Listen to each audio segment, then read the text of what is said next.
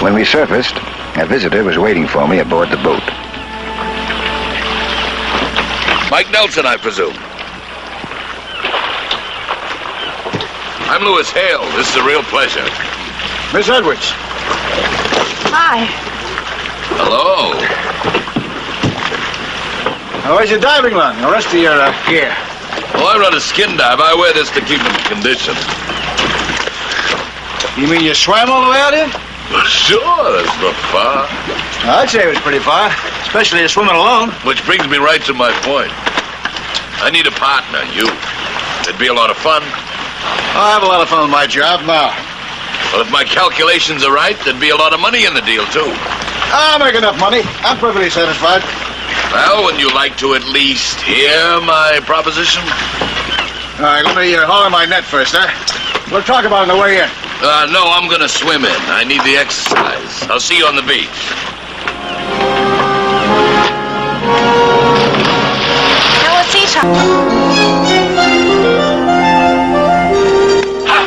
I feel great. That was a great swim.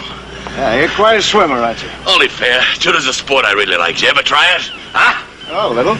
Really? Let's have a go at it. Come on. Hey, wait a minute. I thought you wanted to talk. Sure, we can talk and have a little workout. Let's talk first. One for me. Mike, what would you say if I told you I hold the key to $1 million worth of sunken treasure?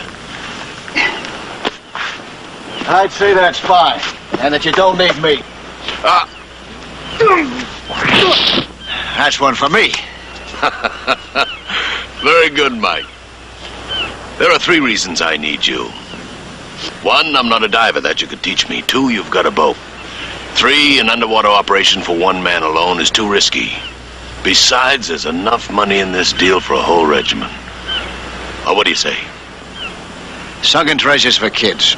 Right now I'm working in something scientific, and that suits me fine. But, man, the deal I'm talking about is scientific. Scientific research. The gold is only an incidental byproduct.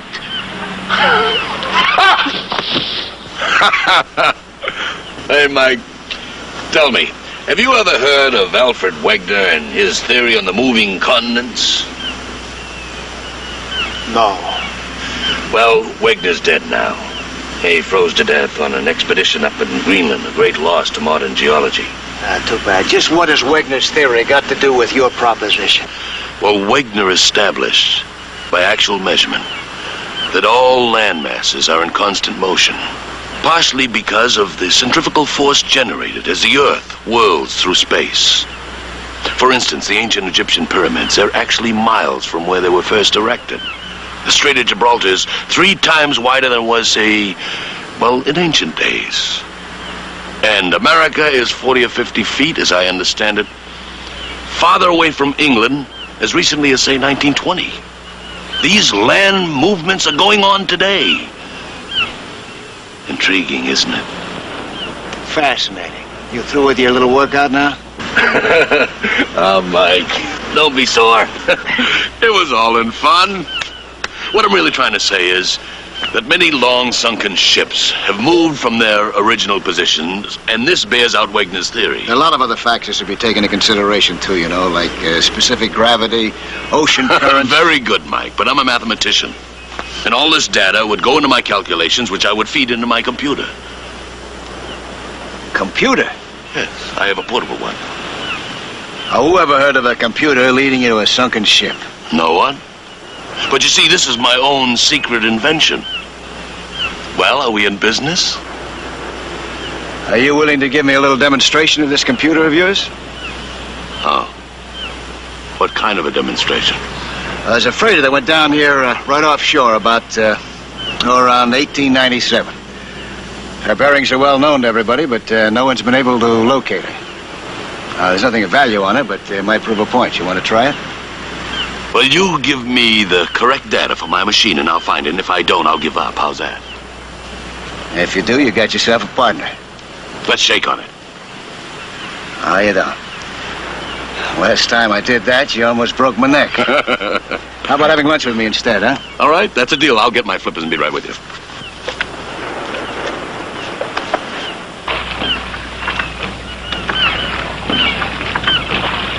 Morning. Morning.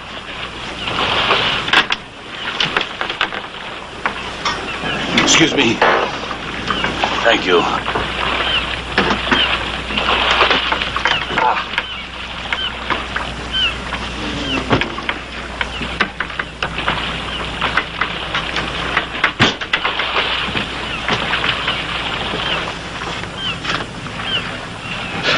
Well, Mike, this end goes into the water. This feeds directly into the box.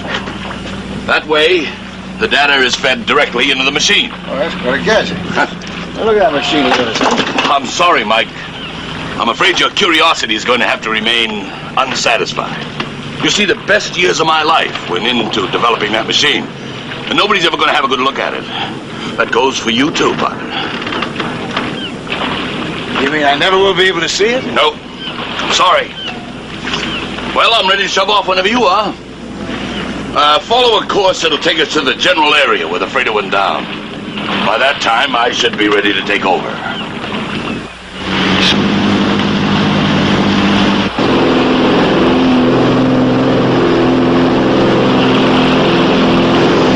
What's your heading?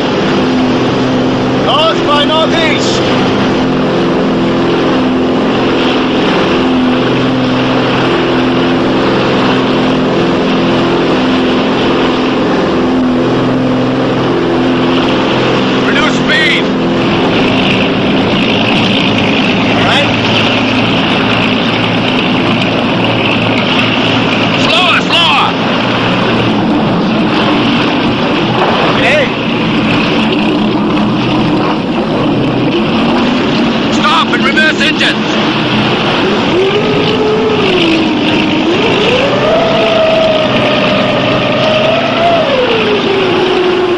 Drop anchor.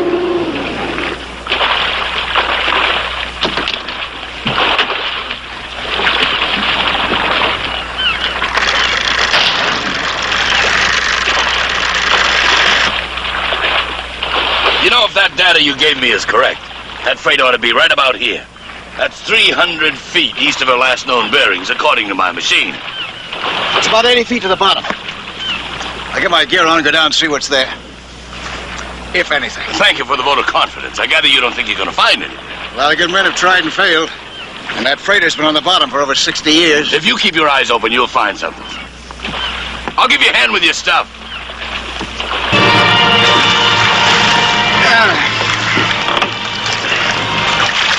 That machine of yours is pure magic. And you're a ringtail magician. Forget the hero worship, Mike. Starting tomorrow, I'm your pupil. When you find those barges and the gold that's in them, I want to be right there with you. Good enough. We'll start those skin diving lessons the first thing in the morning. Hale was an athlete. When I got him aboard, he was barely breathing. Hale had swallowed a lot of water. The flicker of life seemed to be there. I coaxed. I pleaded. Slowly, rhythmically, working into exhaustion. Breathe. Oh, come on. Come on, boy. Breathe. Breathe.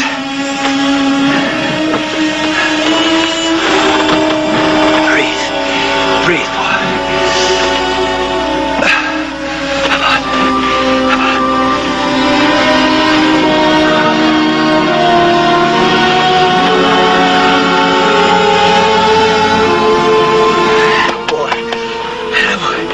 You all right, fella? My efforts paid off. He was coming around. A sniff of ammonia would do the trick.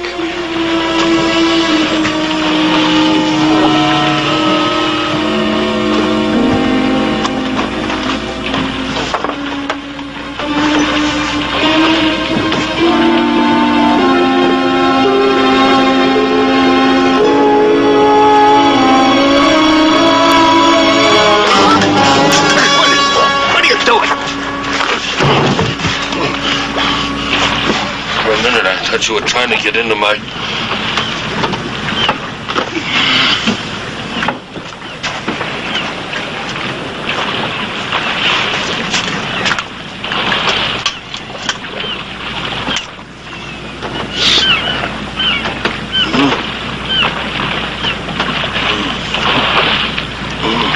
take it.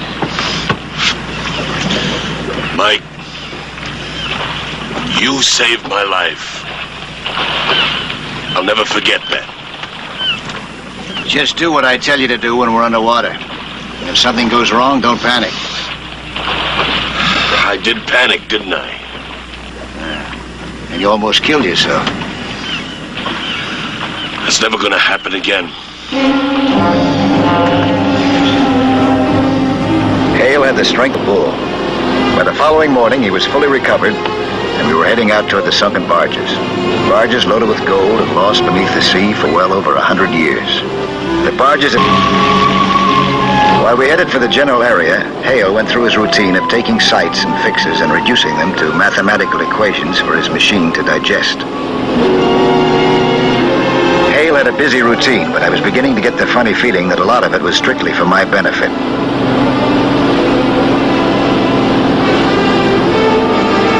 When we got close to the target area, Hale stayed with the computer right up until the time that he told me to drop anchor.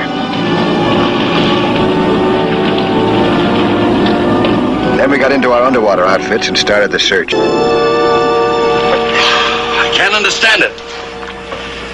Maybe your machine just goofed. My machine never makes mistakes. The data I fed into it must have been wrong.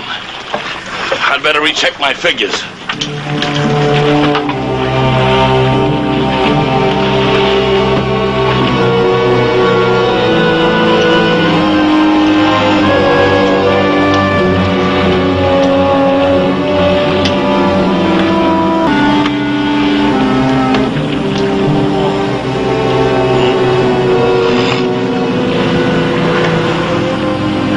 For his keys.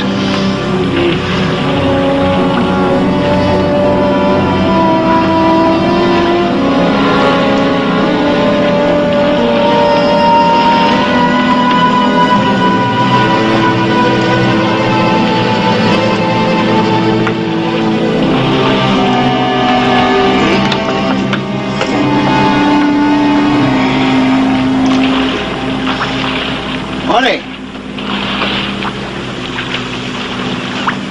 Morning. Oh, we gotta get going, don't you think? Yeah. You're up early. Today's the day, isn't it? That's right, Father.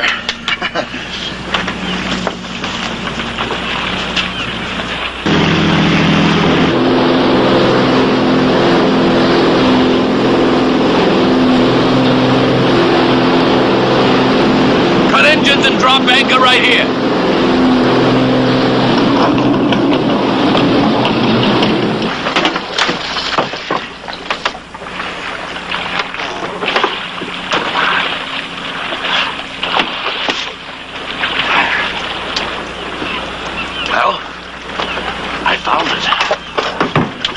Rich man. Rich? Oh, what's the matter? What is...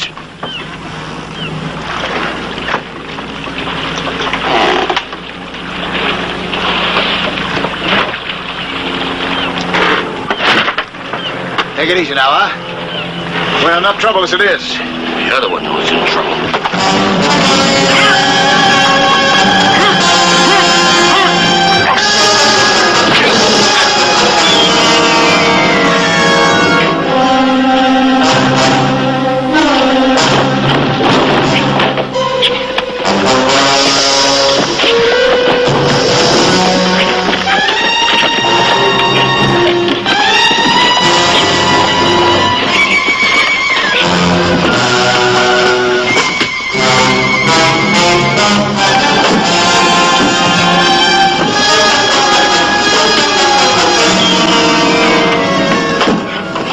Play in my backyard for a change, huh, Father?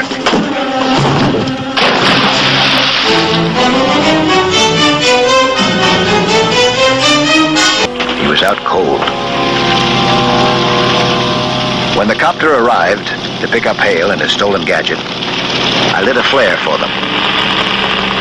I felt like I was back in the Navy again. It felt good.